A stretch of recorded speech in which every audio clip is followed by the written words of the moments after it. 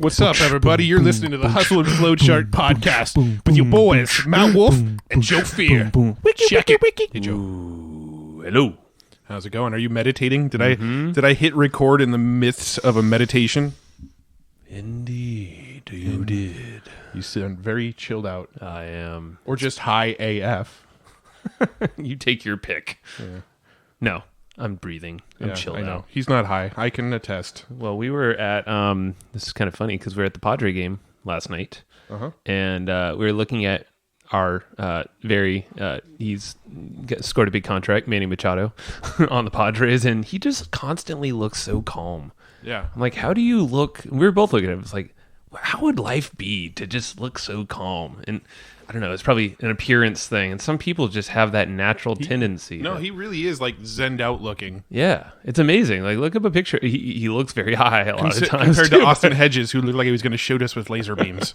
If you don't know what any of this means, just Google search him. Manny Machado and Austin Hedges. Manny Machado, he's just chill. Austin Hedges, he's got crazy eyes, but that's focus, damn it. Yeah. That is focus. Well, it's funny because we're sitting here going, last night we went to the Padre game, but this episode's coming out, I think, on like July 28th or something like that.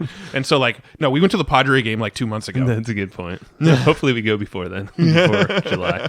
Yeah, so it was, it's a good time. So welcome to the Hustle and Flow Chart podcast. My name is Joe Fear, and I'm here with my fabulous co-host, Mr. Wolf, Matthew Wolf. Like Bond. James Bond. That's right. And I like that I'm fabulous. I love being fabulous. Yes, you do. It's a good time. We were thinking, actually, that would be, you know how like at the baseball stadiums, they all have like their walkout music. Yeah. Like they have like whatever, the pump up jam. And then like you have the relievers. Usually the closer has like some epic thing because it's like this big. And we're like, man. Oh, yeah, that was it. Because there was someone on the other team, the Phillies, called named J.D. Hammer. Yeah. And we're like, dude, that is a badass name for a pitcher. Like, bring out the hammer. Yeah. But then we're like, wait, our names are pretty cool, too. Like, bring out the wolf. Bring out the fear. Yeah, that's true. we should be baseball We need to players. be a pitcher-catcher combo. And this, like, actually saying this out loud, there's some innuendos that probably don't sound great. But you blew yourself, Matt. I just blew myself. Tobias. Oh, jeez. I've been watching Arrested Development a lot lately. Again, oh, yeah, this episode is degrading fast. Let's bring it back around. All right, you know who's going to bring it back for us? Paul Miners. That's right, he is. He is the productivity machine. He's actually passionate about productivity, which I thought was an interesting statement. But dude, it comes out. Like he's passionate. Yeah, he's really excited about freaking good. And I mean, I nerd out about this stuff too because I'm not out there teaching productivity strategies, but I am very much a productivity nerd myself. Sure. Yeah. A lot of the tools and strategies he talked about, I have experience with. So, and guess what? I am not. I'm learning. I'm trying. But we talked about a lot of different strategies. That time blocking your days and making sure you've got your task list set up right, and batching stuff, and we talked about podcasting a little bit and some really interesting, exciting ways that you can leverage podcasts that most businesses don't, but would be pretty freaking easy for you to do it. Yeah, he laid out a bunch of tools that he loves to use and how he automates a lot of this kind of just the day-to-day stuff that we all kind of take for granted. The tools part, I think, was my favorite part of this episode when he was kind of rattling off tools because there was 3 or 4 of them that I'm like, I need that. Yeah. I need that. I need that. And I mean, me being more the outward, communicator, I would say, for our brand to like bring on podcast people, set up meetings, and interact with our clients and customers and all that stuff Paul actually laid out his process, and it's very, very simple, but we should all be using this, is to clear out his inbox and stay on top of everything and achieve inbox zero, which I think I've only achieved once. That is when I opened my Gmail account for the very first time. That's funny. No, I go in waves. But like it was honestly a lesson for me. I was like, damn, it's just like so easy. It's just sticking with it, and it's like because I know there's so many people very successful, and this is what's interesting is Matt and I have this interesting dynamic. Is you are like inbox zero most of the time, I think. And I am not most of the time, but I stay fairly close. And there's so many successful folks out there that just have thousands, or I've even seen 100,000 messages in the inbox. Are you trying to justify the Yes, me? inbox unclutter? Hell yeah, I am. You're trying to justify your inbox clutter? Yeah. Well, shit. If they can pull it off, then I can do it. So if you're trying to find reasons to justify your inbox clutter, don't listen to this episode. I'm just kidding. I'm definitely. It's giving me hope. Yeah. I have hope. Joe has hope for once. There's finally hope for Joe. Finally. Yeah, because I'm definitely a hopeless soul, right? Yeah, right. That's not my middle name. Yeah, man. So it's good. There goes my note sheet. And you know what? We took some damn notes for you, and they're epic. Yeah. And but you just threw them on the floor. No, those are different notes. Those are my podcast notes. I've already done with the podcast here. Okay. We did that episode. But you guys listening, or you listening, there's not multiple yous probably. Go to hustleandflowchart.com/comp, COMP. For about a week, you have free notes for this episode. So go get them quickly. You just gotta sign up for free. You'll get the notes immediately. There's no weird shenanigans and all that stuff. But you do, you're gonna basically have this action guide that's printed and ready for you to act on this episode. Yeah, and he talks about a lot of strategies for productivity and a lot of tools and a lot of various resources that you're gonna want to remember. So make sure you grab those notes. hustleandflowchart.com/comp. And if you want to support the show, we need support. We love support. We love support. We don't need support. We love support. We love it. Yeah, and we actually don't need it, but it helps us help you. But do you think they'll support us more if they think we do need it? I don't want to look like we're desperate. Okay, go to egpletter.com and subscribe to the newsletter, because then we're going to mail you the notes in the mail every month. What? In the mail? Yeah, we're going to give you access to our private forum because we're awesome. Yeah. And we're going to give them training every month with like past guests and like a lot of cool stuff. You get all the backlogs, the archives. There's a lot of backlogs too. Yeah. Like you got a library of knowledge to just have fun with. Yeah. And implement. The sum of all human knowledge is inside of our members area for you to explore. It's in the vault. That's the vault. Here it's metal. It's very, very strong. It doesn't sound like tin at all, like a hydro flask. No, not at all. Yeah, go there. egpletter.com. That's like your fast track to just get everything and stay in the know, because the more you're in the know, let's be honest, you're going to make more money. You're also going to support this podcast and let us know that you're enjoying what we're doing by signing up. That's like your seal of approval that you like what we're doing. So go to egpletter.com and to get the notes for free on this episode, assuming you're getting them in that limited window, go to hustleandflowchart.com/comp, grab the notes. Let's go talk to Paul Miners. Yeah. Hey, Paul, welcome to the show. Hey, Matt and Joe, thank you for having me on. Of course. Yeah, so we got introduced through some podcast connections, and I feel like, if there's a good connection out there saying we got to chat then. We don't really question it much. And then yeah. Upon further review. Get on. Yeah. I mean, you're the man when it comes to just productivity and, just the right tools, automating the right things, it looks like. Not everything. I don't think we've had a good productivity expert on the show, like specifically. No, we've had like a lot of business owners who have little bits and pieces of advice of productivity, but nobody really that's the specialty. Yeah.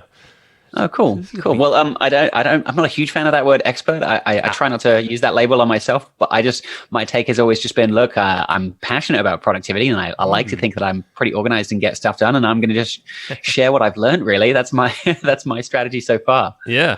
Well, you share, I know you have your podcast, the Paul Miners podcast, all about productivity, business, self-improvement, all sorts of cool topics that we all need and love too, saving the time. So we're curious just to get to know you and your story. Can you take us back to what got you so passionate about productivity and kind of what led you to the stage you're at now? Yeah, I think subconsciously it's always been something I'm interested in. I think I can probably date it back to like when I was at school or university. I would get given like a schedule for when I was doing a new course or a new paper. They'd give you the schedule of like, this is when every single exam is, this is when every single assignment needs to be turned in. Here are all the dates you need to know. I was like, okay, cool. Let me just start plugging this all into my calendar. And then I would kind of take it a step further, and I'd be like, okay, this essay, it's going to be 1,000 words. I know I'm going to need like an hour to do like paragraph 1 and 2 and the introduction, blah, blah, blah. And I just kind of go through this process of dissecting these assignments and studying and when I was going to read chapters for lectures and things. And I just dissected it all down and into little pieces and start putting it onto my calendar. And so it was really just something that evolved. It's something I started doing quite naturally just while I was studying. And so I think just subconsciously, it's always been something I'm interested in. It just made sense at the time, right? I've got all this stuff I know I'm going to have to do. It's non-negotiable. I know I need to get these assignments turned in. So how can I make it really easy? How can I plan my time really well to make sure I'm doing everything on time and I'm not kind of scrambling at the last minute. Right. And then it was a few years later, I'd say probably when I started working full time. And I've always been interested in business and I knew I wanted to work for myself, but I didn't really know what I wanted to do. And it was actually through Simon Sinek, who people may recognize the name either from the very famous TED Talks he's done on Start With Why, or his books as well. He's written a lot about leadership. And one of his most successful books, Start With Why, kind of talks about how you can find your why or your purpose. And I kind of consumed some of his material and did a course of his, which is about really helping you to understand who you are, what makes you tick, and what is your why. And I found that I'm someone that's very driven by self-improvement, achieving my goals. And if that's my why, I just want to kind of improve myself and be the best version of myself I can be. And I'd say most people are probably fairly similar. If that's my why, then productivity is how I do that.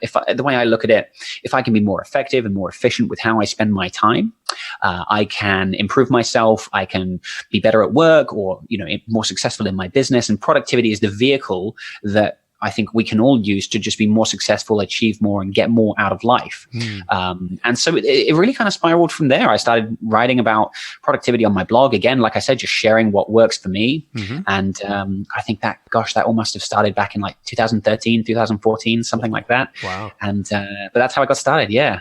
So you've been at it for a while, and it sounds like, you're just documenting your process because you have a podcast, the blog. I know you do a lot of book summaries on your blog as well. Looks like that's probably a good SEO lead gen type thing for you. Just seems like you're kind of covering all your bases, which is really cool. And then you do consulting, probably to teach the similar stuff you're doing. It seems like Is that it? Pretty describing much? Describing what I do is pretty interesting for people. There's this kind of running joke in my family. I'm one of 4 boys, and there's a joke because my parents, when they are introducing themselves and they say they have 4 boys, they say, right, we have one son who's a pilot, one of them is a policeman, the other one's a cameraman, and Paul, we're not really sure what he does. So I sort of have, definitely like a lot of plates that I'm spinning. There's kind of I have my blog and my podcast and all the content that I'm producing. And I really use that to just kind of build an audience and build a personal brand. I use that to sell digital products. Like I have a productivity course, a consulting course that I sell. And then there's kind of another whole half to my business, which is consulting. So now I've specialized in a few different tools like Asana, which is a project management tool, Pipedrive, which is a sales CRM, and a couple of others as well. And basically, I found there are a lot of small business owners, small to medium-sized business owners who don't have the time to like learn how to use these tools, despite, there's loads of free material. It's just one of those things. They want someone to just sit down with them and say, right, this is how you should use it, and set it up with them and train their team. And so that's how I spend a large amount of my time now. But in terms of like my hustle, there's a lot of things that I'm doing, and I've kind of it's really nice because it keeps things interesting, and I can diversify my income, having income coming from consulting and sponsorship and affiliate marketing, and a few places. Nice. Cool. Well, it sounds like you're doing a lot, so you probably have some decent systems to make sure that you consistently do a lot. So let's go ahead and start diving into some of the ways that you're using your time wisely and building systems and automations. And I'm not even totally sure where to start. Let's. I wanted to ask you a question. And I've always kind of wondered this about very productive people. Do you procrastinate ever? Yeah, I do. Like occasionally, I'm just, I know there's something I need to do and maybe I put it off, but sometimes I'll put something off kind of in an intentional way, not because I'm just feeling lazy or because I don't want to do it. It's more because I don't think now is the right time to do something. Or I think there's other more high priority things I need to work on now. There's just better ways that I can spend my time. So there's things I will occasionally just push back again and again and again, but it's more that I'm deprioritizing something rather than I would say procrastinating. But I occasionally struggle like anyone. Yeah. Yeah. No, and I think this leads into of what you're asking, Matt, is like, where would you recommend someone if they don't feel like they're as efficient or they're as productive as they would like to be, so they're willing to improve, which I'm sure most people listening here are, or you wouldn't be listening. So where's like a good starting point for optimizing our time in business and life? Yeah, I mean, firstly, I think it's important to not get caught up too much on tools, right? Because I think that's the shiny, distracting part of productivity that we often get caught up in is which tool should I use? And people often think that they're not organized or not productive because they're using the wrong calendar or because they're using the wrong to-do list. And they think if they try something else, that's going to fix all their problems. And I see it a lot, people often switching between tools. And I think very rarely is the tool actually the problem. And it's usually how you're using it. It's usually the principles and routines that you've kind of adopted that are what are letting you down. It's just hard to admit. So I think, there's a bit of a process that you can go through. Firstly, you need to have some kind of clear sense of direction about what it is you want to achieve going forward. And actually somebody asked me the other day, he said, do you plan ahead quite far? And interestingly, actually, no, I don't. Like maybe a few years ago, I was planning like a couple of years ahead. I had a bit of an idea of what I wanted to do. Right now, I'm pretty happy with where I'm at, like with my business. I'm not super motivated to grow much more than where I'm at right now or grow a team. I'm really happy with the state that I'm at right now. So I don't really have that many long-term goals. I mean, definitely personally, there's things my wife and we've got on the radar, having our second child and stuff like that. But I'm not really one for planning like 10 or 5 years out. Let's put it that way. So really, when it comes to planning, I have more like values and principles and beliefs that I follow.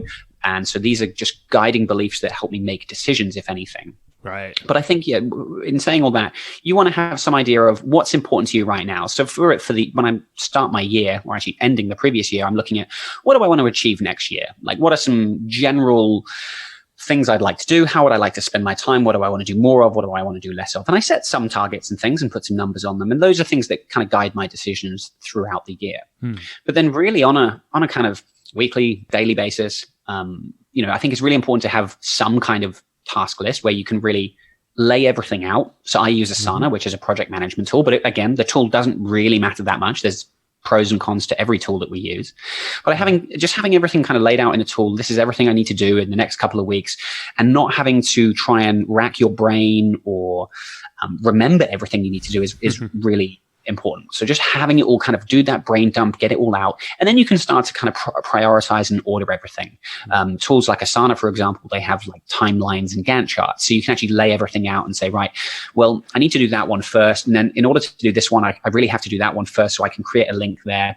And just that thought exercise of thinking about the priority, the sequence of in which order you need to do things is really useful. So using some kind of tool like that to just kind of plan out, this is what my next couple of weeks looks like, I think is really, really useful. That's good. And then the kind of third step, and this is where I get real kind of nitty gritty, is I actually do something called time blocking. That's I don't know if there's any one set phrase or term for it, but I call it time blocking. So that's this practice of basically scheduling time on your calendar for tasks that you need to do. So I'm looking at my calendar now, and this morning, I've been recording some videos for my YouTube channel. I've got a blog post to write. This afternoon, I'm meeting someone.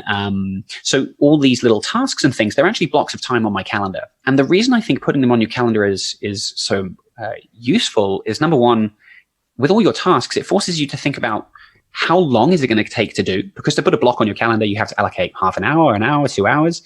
So it forces you to think, how long do I need and when am I going to do it? So if you have 10 things to do in a week and you start putting blocks on your calendar, maybe your calendar's filled with the first 8. Now, if you want to put one of those other 2 things on, well, you're going to have to take something off. It's sort of like playing Tetris on your calendar. You're going to have to prioritize and say, right, well, what can I take off to make room for this other thing? So it forces you to be much more realistic with your time. And so it's something I've been doing, like I said, back at university. That was when I first started time blocking. And the scary thing for some people hearing this is like, oh, I couldn't possibly have such a strict, rigid system for planning my time.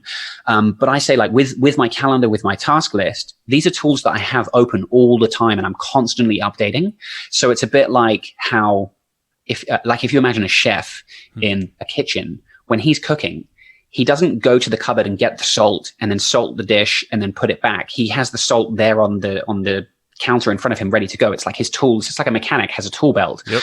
They have these tools readily available. And so my calendar and my task list, these are in my tool belt. I've constantly got them open.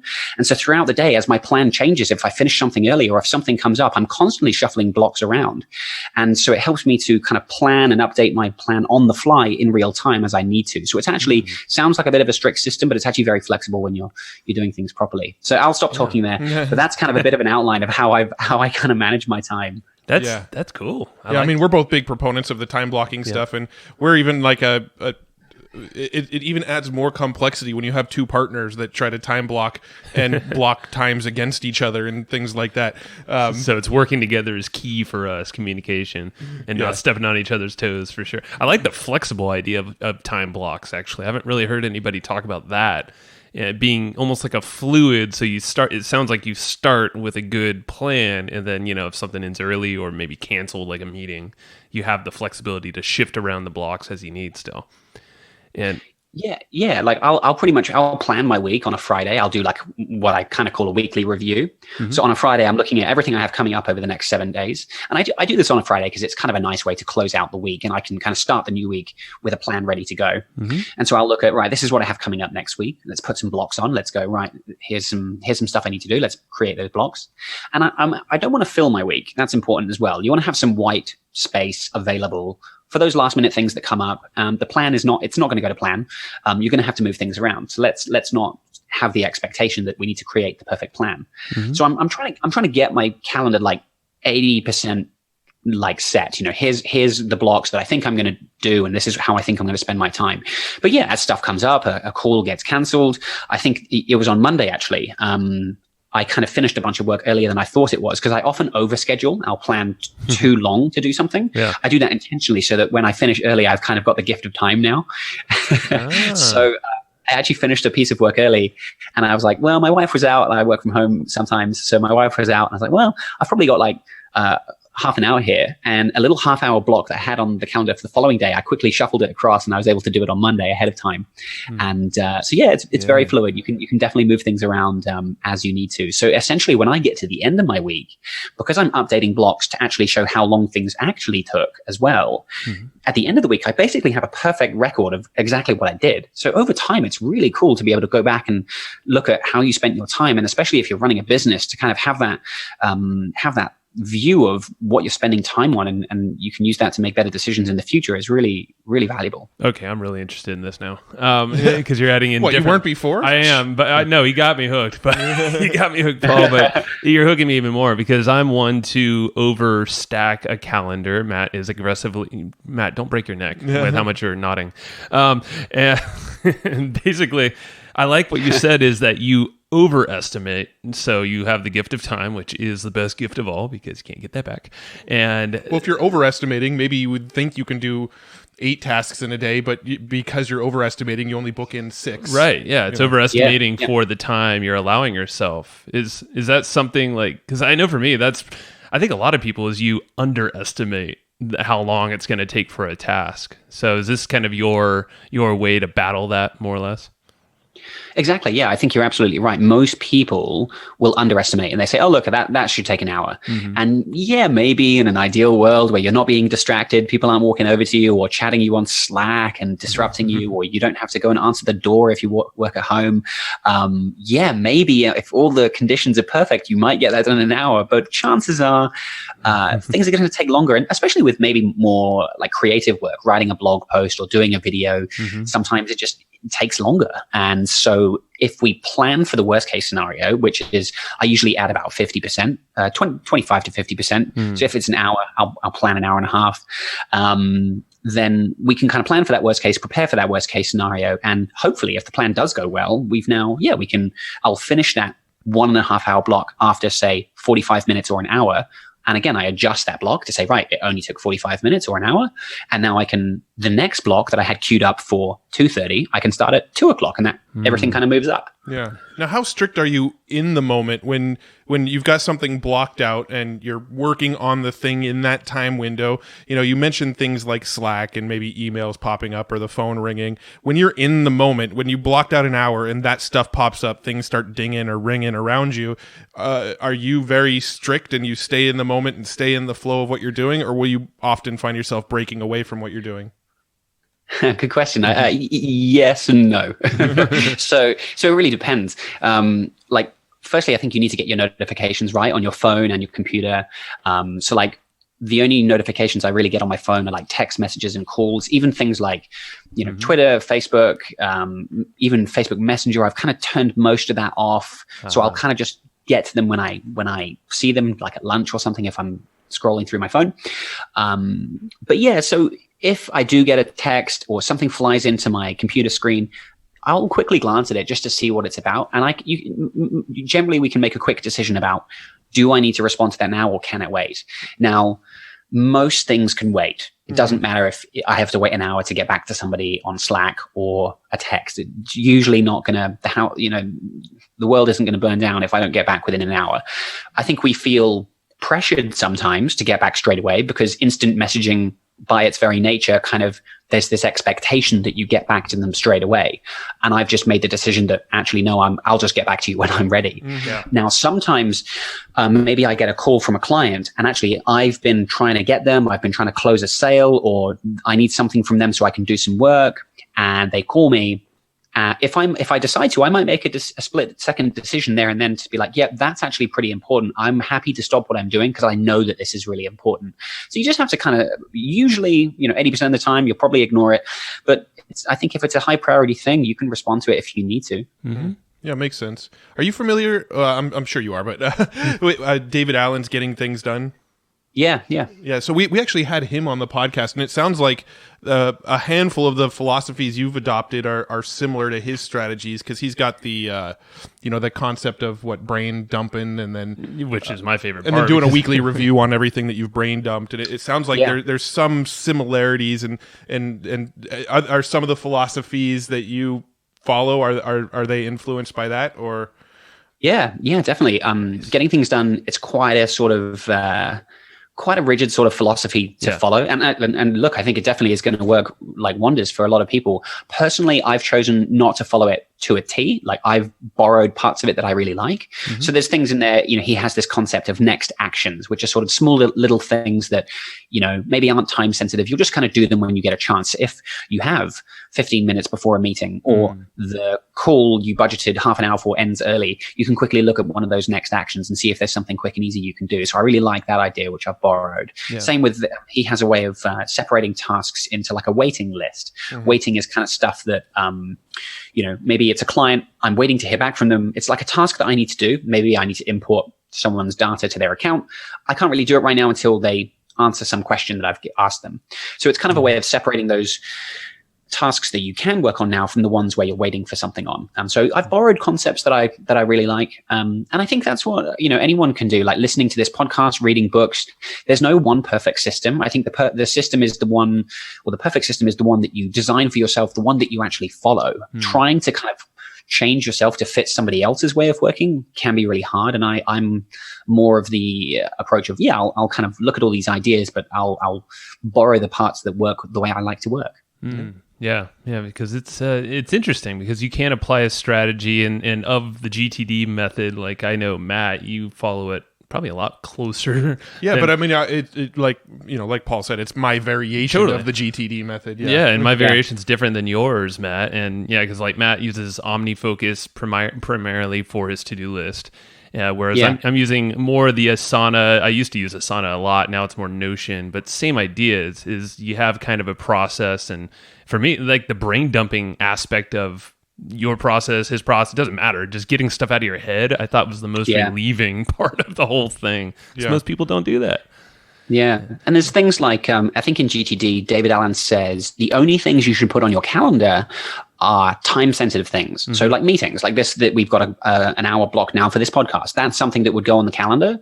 That's time sensitive. It needs to happen at a specific time. But things like tasks under the GTD approach, he would not be putting on the calendar. But now I've decided actually time blocking is something I really like. It works really well for me. So that's what I do. But GTD doesn't have that. So yeah, again, you kind of just borrow the parts that you like. And I kind of just cobbled together the system or workflow, a way of working that works for me. Yeah, I like it.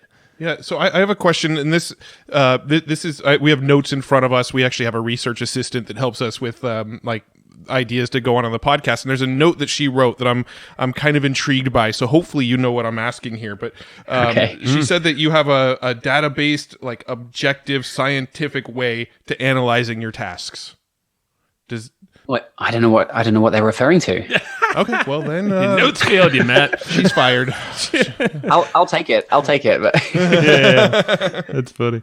Well, I was going to ask, and because with our podcast, we do this, and you might do this in your podcast, so this might be a nice little overlap conversation. But we batch everything we do in the podcasting, just recording time for us, for Matt and I's time. Yeah.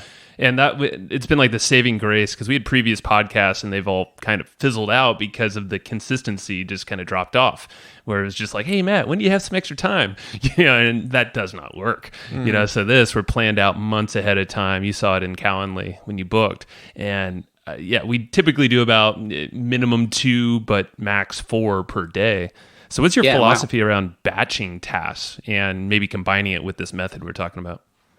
Yeah, I mean, batching is great. It's, I mean, I'm doing it as well. Like, so I have kind of like themes for my days, like Monday, for example, because most of my clients are in the States and Canada, and in New Zealand, we're sort of a day ahead. It's like time traveling. So on Mondays, most of my clients aren't really working. So it's a day that I can allocate to content. That's kind of the theme for the day is content. Theming is actually a concept I've borrowed from Mike Vardy from productivityist.com. Nice. And so it's kind of the overarching theme for the day. It's not that I'm only going to do content that day. It's just that it's sort of the primary focus. And so Monday, for example, I'm usually publishing a blog post for the week. I am writing a new post for the following week. I'll have to record a podcast. Maybe I'm doing some video. I'm just kind of in content mode, especially with things like recording. I work at a co-working space as well, but when I'm recording for my podcast or YouTube, I have to be at home. You have to get the microphone set up, get lights set up and things. And I think just when you're so it's not just setting up my environment, but getting in the mental space as well. Once I do a podcast, I'm all set up, which is great, but I'm mentally like, great, I'm in the zone now. I'm feeling good. I've got some energy. I'm speaking clearly, because sometimes it takes a bit of time to warm up and get going. Oh yeah. And so because I'm warm now, my setup is ready to go. I may as well do a couple of videos. I did that last week. I did like 3 or 4 videos in an afternoon. My videos are pretty short. And so, yeah, I think you can really realize some efficiency benefits by grouping a lot of those types of things together. So yeah, all for it. Yeah, I know. The batching, like everything we're trying to do now. I like the themes of the day idea too, because that's something I don't think we've totally adopted perfectly, not as a systematic way.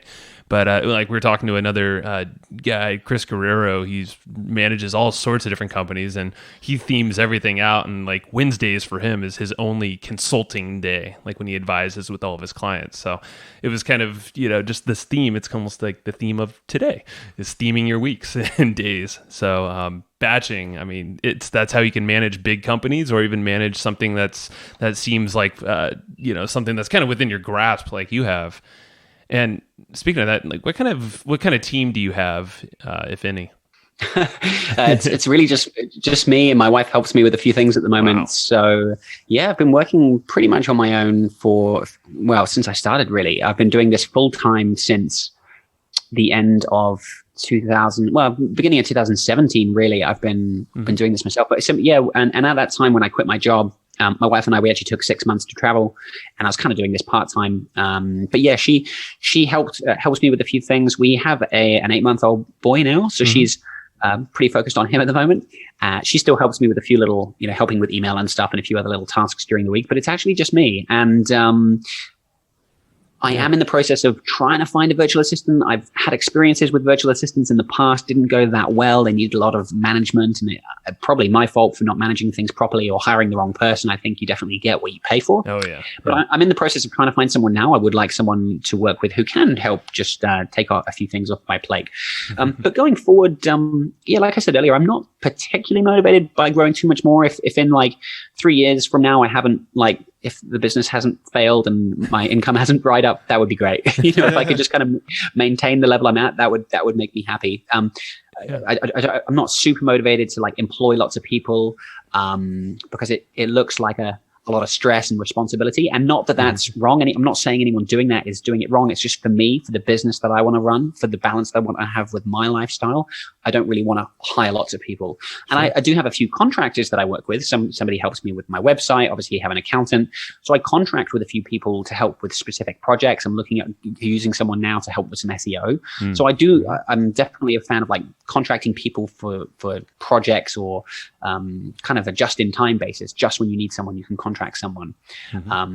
But yeah, that's just my approach. I'm not saying hiring anyone is bad. I'm just kind of happy with where I'm at. And the other thing as well is it's a lot easier to maintain productivity and be organized when all you have to do is manage yourself. Right. That's what I was going to say. Is if you have yourself down, you might as well keep rolling with that. It seems like you're doing an impressive amount of stuff all at once as yourself too. So hats off to you, man. Now, so I'm not referring to tools right now. I want to talk about tools for a second. So I'm already getting ahead of myself in this statement. So I want to talk about tools, and I don't want to talk necessarily about the actual productivity tools. You guys, you use Asana. I think Joe said he uses Asana. I use OmniFocus. Like you said, the tool doesn't matter as long as you're consistent. You kind of build your system around it. But I'm curious, as far as from an automation standpoint, what sort of automation tools do you use in your business to help you stay productive? So, stuff just happens behind the scenes. Yeah, I'm a big fan of automation, and I think this is a great way that you can kind of, in a sense, scale without hiring. So Zapier is a big one for me. I love Zapier. I do it. It kind of factors into my consulting quite a lot because a lot of clients want to automate stuff. But yeah, it really does handle a lot of manual stuff that I have to otherwise do manually. So for example, with my consulting, somebody usually finds me on YouTube. They'll go to my website, and the call to action is go and book an introductory call with me. And they can schedule that using Calendly. Now, when I started, I would manually enter that data into Pipedrive, my CRM. Maybe it took 10 minutes per lead to just kind of copy across all the information, set up some activities for myself as well to call them and that kind of thing. And then I thought, actually, Zapier can do this for me. And so now it handles all of that, happens almost instantly, and it means I'm not having to manually do that. So I'm a huge fan of automation. Zapier is a big one for me. I've automated, I don't even know how many Zaps I've got up and running at the moment, but there's a lot of stuff that really helps me to be quite organized and have stuff go to the right place. Like when I have a new client, for example, that has paid, that then gets marked as 1 in Pipedrive, and it'll then go in. Zapier will then set up a bunch of tasks for me in Asana, because now there's a bunch of things I need to do to onboard that client again. So now I don't have to manually do that or use a template. Zapier just does it all for me. Oh man! So big fan of Zapier. Another tool that I really like is on the Mac. It's called Hazel. It's basically a document kind of automation tool. So one of the main ways that I use it is throughout the month, I get a lot of receipts from things like, paying for Zoom or Dropbox or MailChimp, all these services that I'm signed up for to run my business. Right. And they email you a receipt. And I need to kind of save that receipt or PDF and put it in Dropbox. So I've kind of got it for my accounting purposes, and a lot of people don't do this, or they wait till the end of the year and they have to spend a lot of time doing it. I've actually set up firstly an email rule. Email rules are pretty good for automation, but I have an email rule that will say, right, when MailChimp sends me that receipt, forward it to Zapier. Zapier will then save that, take that attachment and put it in Dropbox. Hazel, which is this automation tool, is watching Dropbox. And when it sees a PDF come in with certain keywords like MailChimp and receipt, it'll extract the invoice date. It'll rename the file to the date of the invoice, call it MailChimp, and it'll put it in the correct accounting folder. So all of that kind of stuff, mail rules, Zapier to the right folder, renaming, all happens in the background. So when I get an email, I usually just have a notification on my computer that says Hazel's put this in the folder. I know it's all worked. And all that kind of document management that I would have otherwise had to do manually all just happens like magic in the background. So that's really cool. Now, is that actually putting the data into your bookkeeping software as well? Or is that just kind of keeping records for you so it's easy to find in case you need them at the end of the year when you're doing your accounting? Yeah, it's the latter. So it's just keeping those receipts and documents organized. Gotcha. With the actual input into accounting. Like, so I use Xero, which is a great New Zealand company. Oh, I love Xero. I use Xero too. Yeah. Oh, cool. So yeah, you probably know that it connects to your bank account. So the transaction that, Dropbox bills me for another month of storage, that transaction just shows up in Xero, and there's a rule set up in Xero that says, if it's merchant is Dropbox, code this to software expense or something.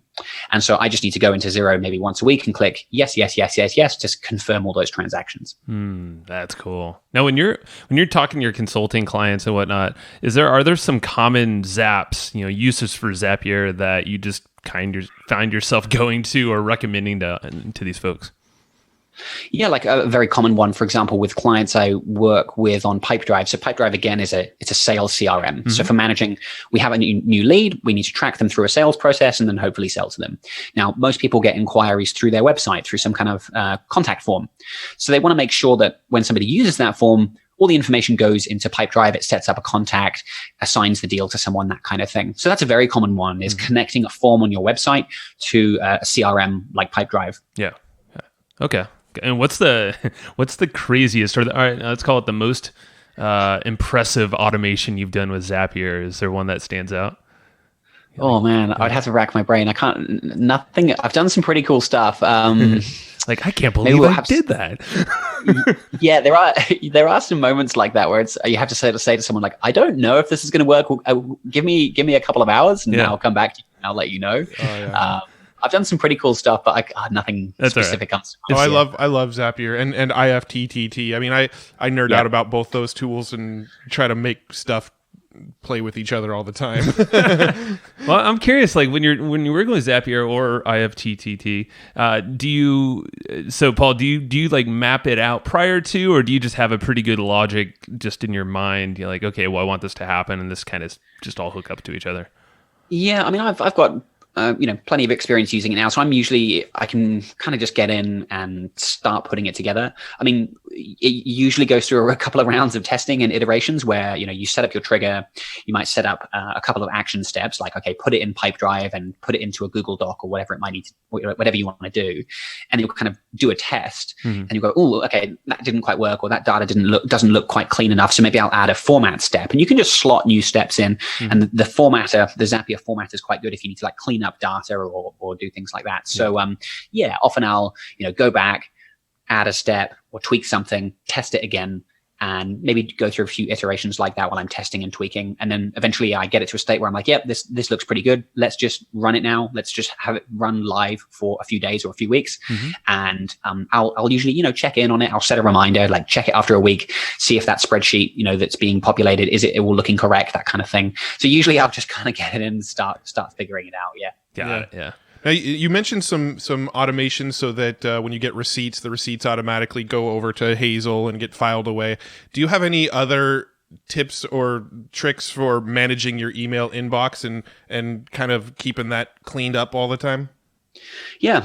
Well, first one is unsubscribing from a lot of the junk that we often get. So we all, just through our natural internet lives, we end up subscribed to a lot of stuff, and our emails get shared around as well. So I'm very active about unsubscribing from newsletters and kind of junk that I'm getting in. Either I'll put it into my junk folder, or if I'm confident that, I do recognize this is something I've signed up for, I will unsubscribe. Because whenever you sign up to a new service, they always put you on their mail list, and it's like your insurance company sending you corporate updates and things. I don't need that. Right. Yeah. So that's the first thing, is just kind of minimizing the volume. And then on a daily basis, I kind of follow, I can't remember. I think this might be a David Allen thing. I really can't remember, but he has this concept of the 4 Ds. And this relates not just to email, but kind of anything that enters your life's inbox or your tasks. So the Ds are like, you can either do it, delegate it, drop it, or defer it. So you can do something if it's important and it's urgent, and you can kind of do it within, like, say 2 minutes. Like if it's an email, maybe I'll just quickly reply to, and just once I've replied, I'll archive my message, because I don't leave it in my inbox. That's what a lot of people do, is they leave email in their inbox. I actually prefer to archive, so that hopefully I can get to inbox 0. There's nothing left. It means that everything's been dealt with. I will occasionally leave things in my inbox if I'm still thinking about it. I want to get back to someone later. But generally, I archive as I go to kind of signify that I've dealt with this now. So do it. Quickly respond, archive it. And I'm just going to trust that the person's going to respond to me, and it'll obviously pop back into my inbox later. If it's really important that I follow up, maybe it's a client, I will set a reminder, or that's when you can use things like snoozing. A lot of email clients now come with snoozing. So I'll send my reply and snooze the message. So if I don't hear back in 3 days, it'll pop back up. You can defer it. So this is stuff that's important work, but generally not urgent. And maybe it takes a bit longer as well. I know, okay, I'm going to need like half an hour to sit down and do this or do something before I can respond to this email. So that's stuff that will go onto your task list. And for me, it'll then go onto my calendar as a block of time as well. Do it, defer it. Then we have delegate it. I don't get to do much of this because I'm just working with my wife, and hopefully with a VA soon, I'll get to delegate a little bit more. But if you do have a team or some people that you work with, maybe there's somebody who's more suited to, who would be better suited to answer this email, or it's something they're responsible for. So you can kind of forward the email and delegate it to them. If you are working in a tool like Asana, you can actually create a task for them instead of just sending them an email, which is nice. And then finally, it's drop it. So then this is stuff that's like, it's just junk in your inbox, or even just like, you probably get it as well. Loads of people just use my contact form to try and sell me SEO services and get links on the website and all that kind of stuff. So just delete them. That's the final thing you can do. Yeah. And I like that. Yeah, with the inbox 0 thing, it's like a quick response, and it's almost trusting. I like the archive thing. And I know we use Boomerang a lot, but now a lot of this stuff is built in, like the snoozing, or if you don't hear by a certain date, have it pop back up in your inbox. Well, it's even built into Gmail now where you can send later, where you can actually go in and say, like, in 3 days, send this email, or send this email at 8 p.m. tonight, or whatever. Yeah. Good point. I think it was Mike Vardy as well, actually, at Productivityist, who said, he used a great analogy as well. So when you leave email in your inbox, it's a bit like when you get physical mail in your mailbox at the end of your driveway. I don't know how you have it, but we have a mailbox at the end of our driveway. And so, maybe at the bottom of your apartment building, you've got your mailbox, and you're getting all that mail. There's going to be some junk in there and stuff, and some actual bills and letters and things. And you're going to then pick the ones you want to read and then put it all back in your mailbox. That's kind of like what we're doing with our digital inboxes. But we don't do that in the real world. When we go to our mailbox, we collect everything. We clear the inbox completely, and then we sift through and we sort the mail. So the junk, this is advertising, that goes in the bin. You can delete that. This is a bill I need to pay. Okay, let's put that on my desk. I'll do that later. And you kind of sift through and sort the email. You don't go putting it back in the inbox. And so that's kind of how we should be treating our digital mailboxes as well. Or if you're a complete nerd like me, you take all your mail and you load it up into OmniFocus and then delete and delegate and resort what you want. Is that how you do it? Oh, yeah. Oh, I didn't know do you that actually... for both print mail and digital mail. Yeah, that's true. You have an elaborate... See, this is where Matt and I totally differ. It's like, oh man, like I look at that, I'm like, I'm so impressed with how organized everything is. I'm like, oh my God, I have a whole different way of thinking. But like you said, we have our own unique systems, and then the tools that fit with our own unique systems. That's what's really cool. And I think that freedom feeling, it's like it's fit it for what works for you.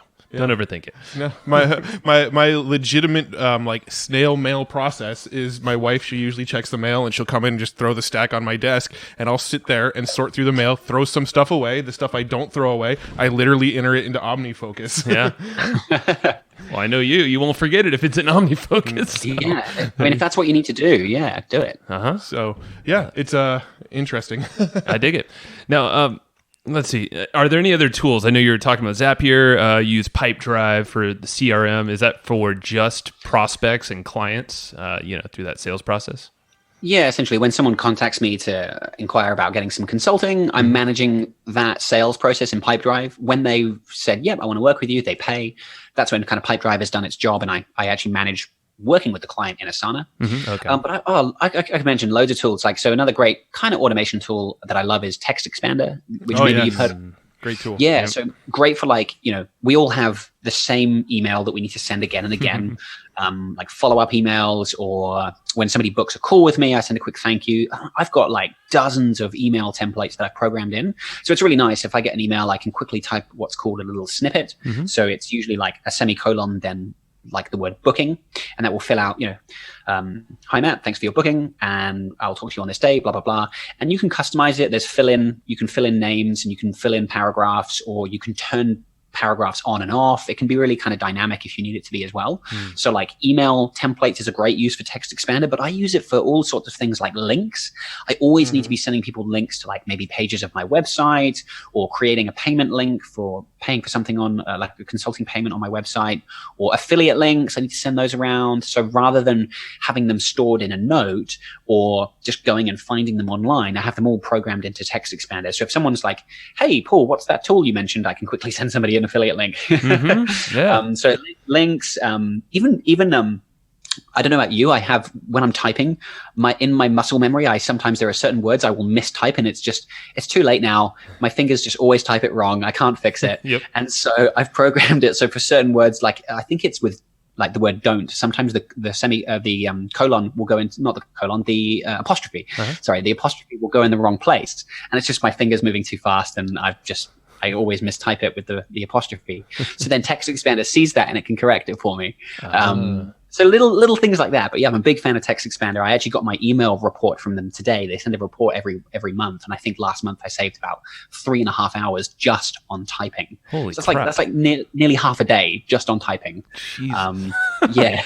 Yeah. All right. Yeah. I actually bought Text Expander probably 4 years ago, and I never used it. I think I set it up the first day I got it, and I used it for like 10 minutes and went, this is kind of cool, and then forgot about it. And then like, I think 3 years later, somebody was on the podcast talking about Text Expander, and I was like, oh yeah, I have that. I should try to use that. And ever since, I've been like hooked on it. I've been programming like everything into it. Yeah.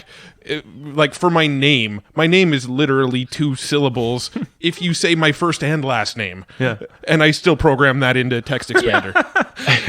So it's like if I hit semicolon M, it'll put my name out there. Like stuff like that.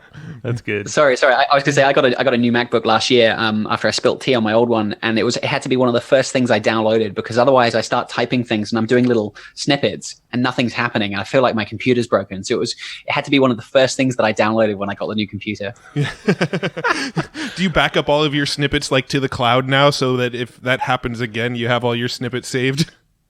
Yeah, I do. I think it's all on the cloud with them, and it's good because like Haley, my wife, she helps with some emails, so we have some email templates set up that she uses, but I can go and edit them, and if I can change them if I want, and I can edit them. She can then keep using them. She may not even know that I've edited them, but because we have the shared snippets, she just gets those changes, so it's great. Oh, that's amazing. All right. And here I am over here, the one doing most of the correspondence and the back and forth, and I've been hearing Text Expander forever, and I haven't taken the plunge yet. So today's the day, damn it. Awesome. It's happening. Well, did you have more on this topic? No, I was thinking we go to podcasting a little bit. Yeah, I sure. think with the last few minutes here that we have, like, I wanted to kind of chat about your podcast and what you're doing there and why you decided on podcasting. And so let's just go there. What's the rundown? Why did you decide on podcasting as your one of your content mediums, and how has that worked out for you so far? Yeah, it's been interesting. Like, so I started it, I think maybe 2015, if I'm remembering correctly. Yeah. And the reason for starting, it was partly just I was thinking about my own consumption of content, and podcast is one of my favorite ways that I learn new things. There are lots of blogs out there, but I would say it's not that often during the week that I'll see. I know some people are obviously very different, but I won't, if I see a blog post on Twitter or something, or I come across it, maybe I'll go and have a quick read and skim it.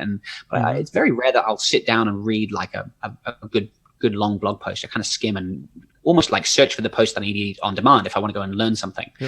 And so, I really enjoy writing for my blog, and I know some people enjoy reading. So I have my blog. And then I was thinking, well, I enjoy podcasts, and I've done all this work to create a blog post anyway. I'm going to do that anyway.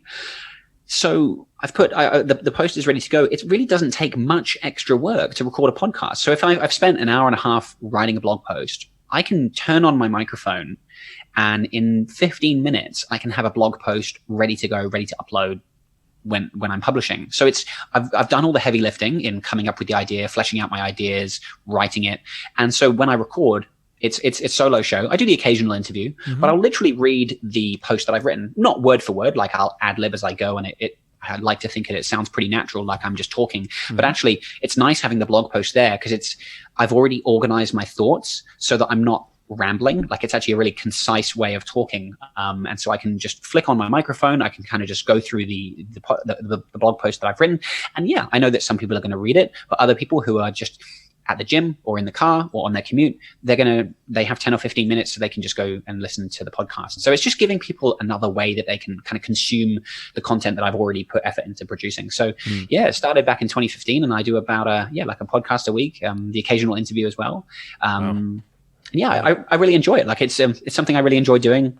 And yeah. Do you know which one gets you more traction as far as like eyeballs on your brand between the podcast and the written content?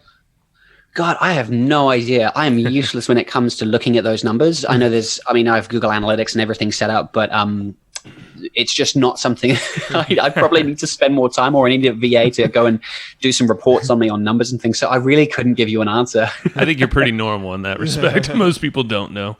Yeah. We try our best to try to like kind of have it all sync up and try to track as best we can. But with podcasting, it's still kind of the wild, wild west when it comes to that stuff. I had a call this morning and somebody said, "Oh, you've got 1 million views on your YouTube videos." And I was like, "Really? I had no idea." That's awesome, though. Congrats, man. That's really cool. Thank you. Yeah. I've seen subscribers because when I log in, you see the subscribers. I think it's about 7,000, which I mean, compared to some people is nothing. I mean, it's just slowly ticks up. But somebody said, "Yeah, you have 1 million views." I was like, "Wow, that's so cool!" Like I had no idea. Yeah, there's YouTube now is a really good analytics backend that's pretty easy to read. So you might want to pop in there just to see your overall stats. But yeah, you can see, I mean, that's what's the beautiful thing with YouTube compared to podcasting is you can sort all sorts of data and then make better decisions on what topics resonating the most and where they're coming from and yada, yada, yada, keywords. Podcasts are getting there. But, starting to, yeah. It's a slow grind. So I like the approach you take from the blog first and then go to the podcast and kind of repurpose more or less. We're hearing a lot of other podcasters do that. Yeah, like I said, it's like I've already done all this work to create this content. I may as well just like put in an extra 15 to 30 minutes. And like at the start, it's definitely not going to be that quick. If you are starting a podcast, like you need to write that learning curve for a bit to learn your process and how to edit and get a podcast ready and uploaded. But now because I've done 133 episodes, I've got it like to be a pretty efficient process now. So I can record, very quick to edit, and have it ready to upload very quickly. So it's not a lot of extra work for a lot of extra value. Like all these people can now go and listen to the podcast. It's a huge amount of extra value, but for like an extra 15, 30 minutes of work. So it's, in terms of bang for buck, it's awesome. Yeah. Have you had any, so when it came to actually growing your podcast and getting people listening, has there been anything that has been a sort of big driver for the podcast? I think just consistency. I've been doing it, like I said, every week for like a few years now. And that's, I mean, I'm always taking on board people's ideas and feedback for the show and trying to learn what people like and what they don't like. But honestly, just consistency. It's one of those things. It does take time, like I said, to kind of learn your process, find your voice as well, get into that zone and get into a groove where you're, you've kind of differentiated yourself from other people. So, but I think just with more experience, with more practice, with consistency, that's when you can hopefully create something really unique for yourself and kind of carve yourself out a little, as being different from other people. Yeah. So just make it a consistent habit, commit to turning up every week or every 2 weeks, however often you want to do it. And making it a regular part of your routine is getting out podcasts. And, it won't take long. And after 6 months, you'll be surprised at how far you've come and how much you've learned. It's so true, man. And even if it's just, like you said, I love your approach. I'm looking at your blog actually actively because I see that you're embedding the podcast right there on your blog post. And, you have all sorts of different ways for people to interact with your content. And you're kind of covering all your bases. You said YouTube's growing as well. So at a minimum, folks listening, because we talk about podcasting all the time on here, big proponents of the medium, but a lot of folks overthink it. So I love how simple the approach you've taken is. And those are honestly, this simple approach has been some of the most successful podcasts that we know of in our circle or have done this. So it's really cool. And I always think about as well, what is the best way to deliver value through the channel that you're using. So like I did a post a few weeks ago, I think it was 7 often overlooked ways that you could be more productive on your computer. And I was talking about keyboard shortcuts and using a monitor and all these things. And so in the podcast, I kind of talk through, these are the 7 ways, and I just kind of talk through it, and anyone can listen to that. And then the blog post, I think, serves as a really nice recap. So anyone who's like, oh, let me, I listened to the podcast, Paul mentioned something about this tool, they can go to the blog. The blog serves as a really nice summary, and then there's some links in there to things they might want to go and try. But then I actually did a video as well. I don't do this for every blog and podcast, but it made sense for that particular one. I was like, I may as well do a video because then I can demonstrate some of these things. In the video, it wasn't like I was repeating the blog post. It was actually more, let me show you these 7 ways that I've talked about. And so again, maybe you've listened to the podcast or you've read the blog, but you can then go and quickly look at that video and see, oh, let me see, he talked about text expanded. Let me just see how he set that up, for example. And so the video kind of serves a different purpose to the blog, which serves a different purpose to the podcast. So for that particular one, I really did cover all my bases. I don't do that every time, but each channel, there's benefits no matter what channel you use. Video, you can communicate things in video that you can't in blog or podcast. And with podcasts, you can't share links that easily. So that's why a blog is useful. Yeah, no, it's great. I love what you're doing there, because you're hitting them where the customer lives, or maybe not customer, but the viewers listening or reading or viewing. It's all the modalities. Everybody has a different way of learning. Well, that's something that I don't think like a lot of people quite grasp about podcasts, is that by creating a podcast, you're essentially putting yourself in, 20 more search engines, right? You're putting yourself into Apple search engines. You're putting more content into Google search engines. You're putting more content into Spotify search engines. The list goes on of all the different players, iHeartRadio and TuneIn. And there's so many different player apps that by having a podcast element, you are able to get into all of these other potential platforms where you can get discovered. And I think what you're doing is brilliant. If you're already writing written content, convert that into an audio as well. Just read it and turn that into a podcast. And that, it opens you up to people who may not have otherwise discovered you. Totally. Yeah. And I think it's funny because podcasts, I think historically people have thought, I can't start a podcast. It's somewhat of an intimidating thing to start because there's a little bit of a technical aspect to it. It's getting a lot easier, but I think there's a bit of a fear at the beginning of like, oh my gosh, I have to start a podcast. What's this thing? An RSS feed, and I have to submit that to iTunes. How does that work? Like, oh, this seems way too hard. It's actually easier than you think. And with other services now, like Anchor, which wasn't around when I started, you can now upload straight to Anchor. They will distribute it to all the different channels, so it makes it really easy. So I think it's definitely getting easier, because definitely like even just like a few years ago, it's almost easier to edit a video and put it on YouTube than it was to create a podcast, which kind of sounds like a video should be harder, surely. But no, I think podcasts, because they've kind of come from a slightly more technical background, some people have been put off. But the good news is it's getting easier. And the data is coming around too. There are more technologies coming out where you can collect the data and have more of a direct response from podcasting, and so there's exciting stuff happening in that world. And No, it's fun, and like we were saying, Google and all these other places are starting to index. Apple just released today, as of this recording, that, or maybe it was yesterday, that they're going to start having a text search option for all podcasts, so you could look up keywords and it'll source one of many podcasts with those keyword strings. Cool.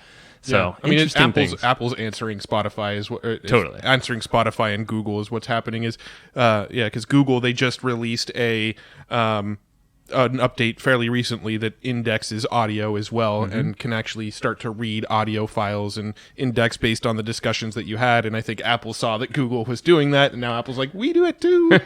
So it's a race. Yeah.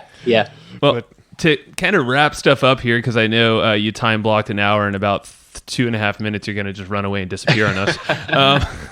We always like to ask, what's like a go-to book that you recommend, maybe to your clients or just people you know? It could be business or life, but you're an interesting one because you actually do a bunch of book summaries, and I don't know how you're going to select one, because it seems like I don't know, how many summaries have you done on your website? Do you know? I cheat a little bit. My wife helps me with them. I don't read them all. But we have done. I think there's around 80 to 90 at this point in time. Wow, they're amazing, man. I mean, I looked through a handful of them, and that was a question I was going to ask, is who writes them, but I didn't want to put you on the spot like that. Like, do you actually read all these?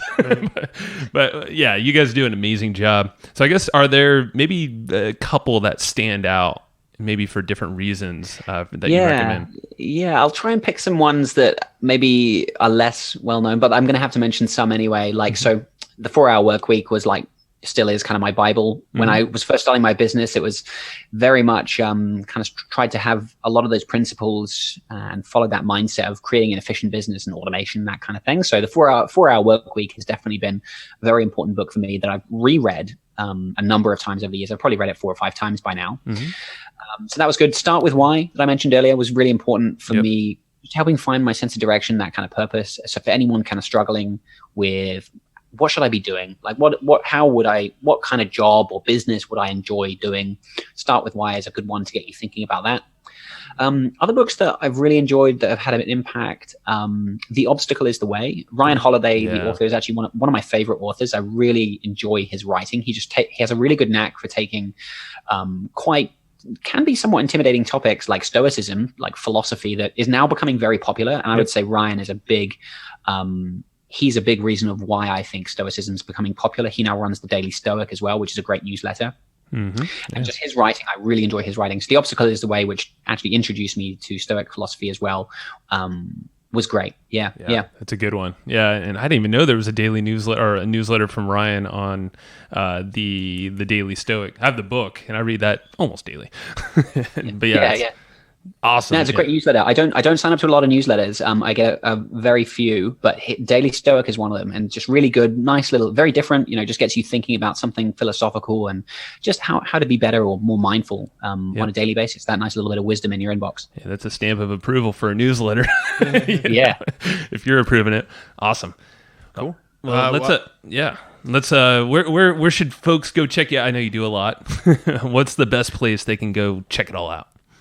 Yeah, just you can Google me, or my website is Paul Miners. So that's Paul the normal way, the only way. Miners, minors.com. And you can check out my blog, the podcast. There's some resources and things, and you can learn everything about me on there. Right on, man. Well, thank you very much for your time. It's been a fun time. Yeah, been awesome. All right, man. We'll talk soon. Thanks, everybody, for listening to this episode of the Hustle and Flowchart podcast. Before taking the time to listen, we want to give you something a little bit special. Every single episode that we do, we actually have somebody on our team take notes. We basically have a Cliff's Notes version of every episode where you can go and find all of the tips and tactics that they laid out, all of the resources that they laid out, all the good stuff from this episode. We actually have a nice simple notes version that you can find on our website. So go to evergreenprofits.com, find this episode that you just listened to, and give us your email address and we'll send you the notes. Thanks for listening.